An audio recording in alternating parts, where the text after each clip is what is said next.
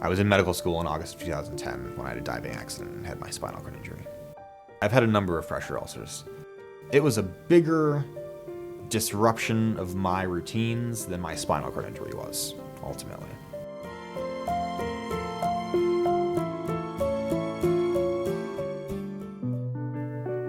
When patients arrive in the rehabilitation unit, they're generally a short time after their injury, so maybe a week or sometimes less.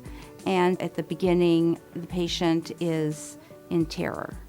All they can think is that they can't move and they want to be able to walk. I think the psychological aspect a lot of times is the hardest part of a spinal cord injury. You come in being independent and now you need someone to wipe your bottom. You need someone to feed you. You need someone to do your basic cures you've been doing since you're 2. So we start to teach them about how they're going to have a new normal, different ways of taking care of themselves, to do all of the normal things in a slightly different way. We are a multidisciplinary team when we work here, and so we work collaboratively as a team. And that team includes the physical therapists, the doctors, the nurses, recreational therapists, rehab engineers, and most importantly, the patients, families, friends, their children. And then social workers, discharge planners, large team to make sure we're addressing every aspect of the patient's life, their family's life, their social supports, their ability to be able to get out of the hospital and on to the next step of life back in the community. It's important that we're changing positions even when we're in the wheelchair. Because The first thing I introduce patients to is pressure relief, because taking care of their skin is one of the most important issues to help them down the road to stay healthy. Pressure ulcers are a big problem for patients who can't move around and relieve pressure easily. We see this in patients with spinal cord injury and patients that are bedbound for other reasons. I never had a pressure sore before, didn't even recognize, didn't know what it was. It's really, really not fun to have a pressure sore. I really would not wish it upon my worst enemy. Pressure ulcers are pretty special kinds of wounds. They're not just a tear in the skin, and they're not just a cut in the skin. When that pressure builds up between the bone and the outside world, the damage happens all the way through. And sometimes the tissues that get hurt the worst are the fat and the muscle under the skin. So often, by the time you see an unhealthy spot on the skin, the damage is already all the way down to the bone. And pressure ulcers that are very deep and are open for a long time can actually be life-threatening. We have staging when it comes to pressure sores. So we have stage 1, which is just redness that doesn't blanch. Stage 2, which is through the epidermis. Stage 3, which is into the epidermis or the fatty tissue. And then stage 4, which is all the way through the muscle and to the bone. And that can surprisingly happen from just being in the bed. Come on this way, buddy. If it's a stage 1 and it's not through the skin, most of the time you turn them back and forth within 15, 20 minutes, a lot of times within a day, that'll go away. Stage 2, we do a lot of creams, a lot of turning, a lot of pressure relief. The problem is when you get to the 3s and 4s, those are extremely difficult to heal. Sometimes they can get infected, they can get osteomyelitis, and they have to be on IV antibiotics. We're going to switch you anyway to the other side. I recently had a surgical procedure, and then I was sick after that in ICU for just a day, and not quite as aggressive as I normally am. It within a matter of days went to a stage 3. It's a difficult process, and it's one that you have to stay on constantly to heal. It's almost worse than the injury itself. When a patient's laying in bed, some of the areas most at risk for developing a pressure sore are directly over the tailbone, the sacrum, and pressure in that area comes about when the patient's laying flat on their back.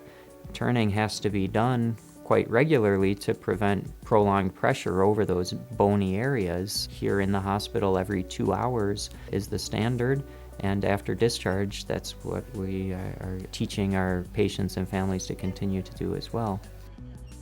You absolutely cannot leave somebody for 8 hours in the bed. They will wake up in the morning with sores. so from day one, we're talking about pressure relief and why it's important. And a lot of times you'll hear them say, well, I didn't get any sleep last night because they turned me. Well, we reinforce the fact that they have to, because we're protecting their skin and we're making sure that skin doesn't break down. I try to every day, every treatment session, all the time, just reinforce. When was the last time you did pressure relief? We got to take care of your skin. We got to make sure you don't get any sores.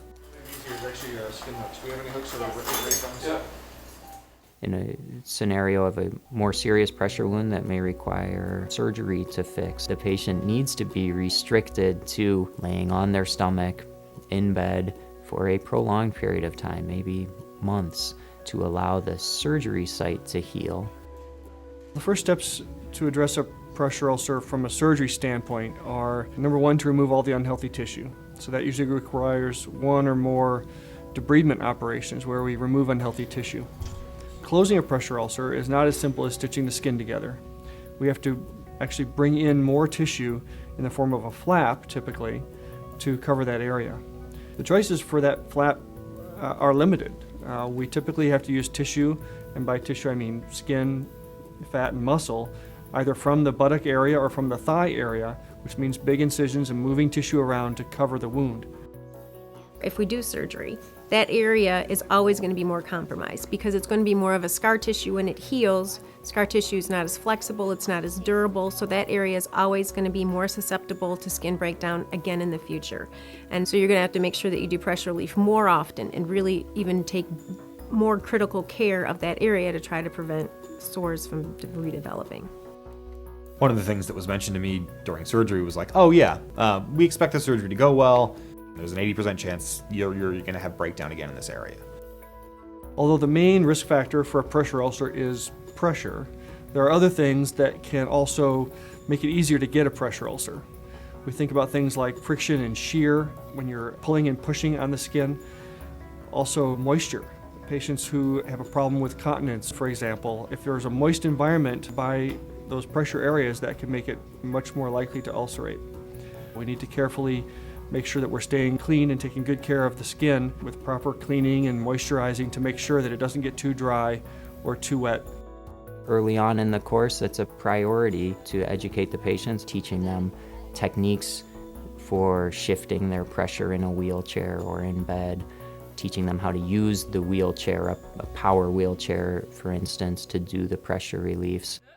We also work with the patient to try to teach them how to direct their own care, because it's really important for them to know what their care is, what they need. And a lot of times for patients, that's the hard thing. I don't want to go home and ask for help. I never had to ask for help before. I was independent. Your family has agreed to take care of you at home.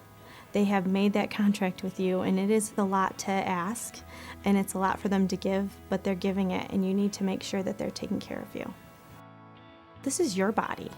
You might be paralyzed, but you have a voice, and you really need to be your best advocate and direct your cares and say, hey, it's been 45 minutes. Is somebody going to be around in 15 to make sure I get this pressure relief?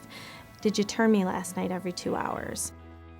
In my mind, the best way to treat a pressure sore is to never get it in the first place. And that's why I think it's important that we educate patients, especially patients who have new spinal cord injuries, and their families, to work together to make sure these don't happen. At this point, it's just not a game you really want to play. As easy as it is to take care of simple pressure ulcers, it's equally difficult dealing with them when they get serious. You can get to a point where your life really just revolves around this stupid little thing that's pretty easy to prevent. As I go home, I'm going to make sure that I keep on the pressure relieving, and so I do not develop any more pressure ulcers. If you don't speak up, you will develop a sore. It's a perfect example of how debilitating they can become if you don't stay on top of it.